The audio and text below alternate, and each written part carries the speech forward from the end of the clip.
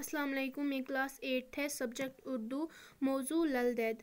سوال نمبر 1، لل-دید کس وجہ سے مشہور ہے؟ جواب: لل-دید اپنی معتبر شاعری، شرافت، پاک بازی اور صبر و تحمل جیسی خوبیوں کی وجہ سے مشہور ہے۔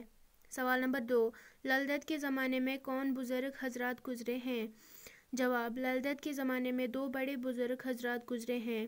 ان کے اسمائے گرامی ہیں: حضرت امیر کبیر سید علی ہمدانی، شیخ نورالدین ولی۔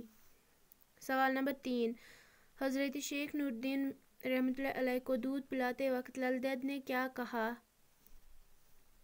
جواب: حضرت شیخ نورالدین رحمۃ اللہ علیہ کو دودھ پلاتے وقت لل-دید نے کہا کہ اے ننھے، دنیا میں آتے ہوئے تمہیں لاج نہ آئی تو اب دودھ پینے میں کیسی شرم۔ سوال نمبر 4، لل-دید کے واقعوں میں کن باتوں کی تلقین کی گئی ہے؟ جواب: لل-دید کے واقعوں میں نیکی، پرہیزگاری اور صبر و تحمل کی تلقین کی گئی ہے۔